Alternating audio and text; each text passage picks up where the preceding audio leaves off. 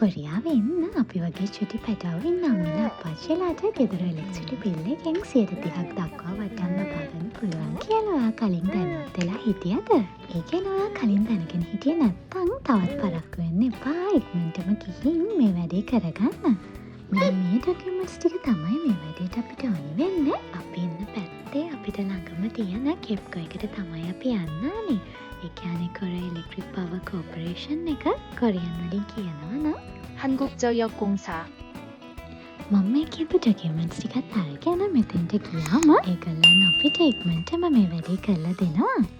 ඒගොල්ලන් අපව දැනුවත් කරපු විදිහට ටර්ම්ස් ඇන්ඩ් කන්ඩිෂන්ස් කීපයකුත් තියෙනවා මේ සම්බන්ධයෙන්.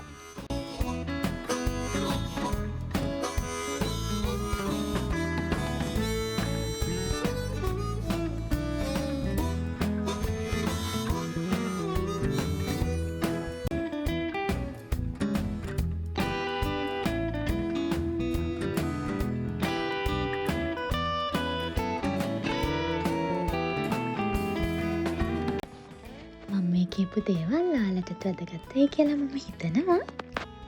එහෙනම් ඉතින් අදට ගිහින් එන්නම්. සරංගයෝ.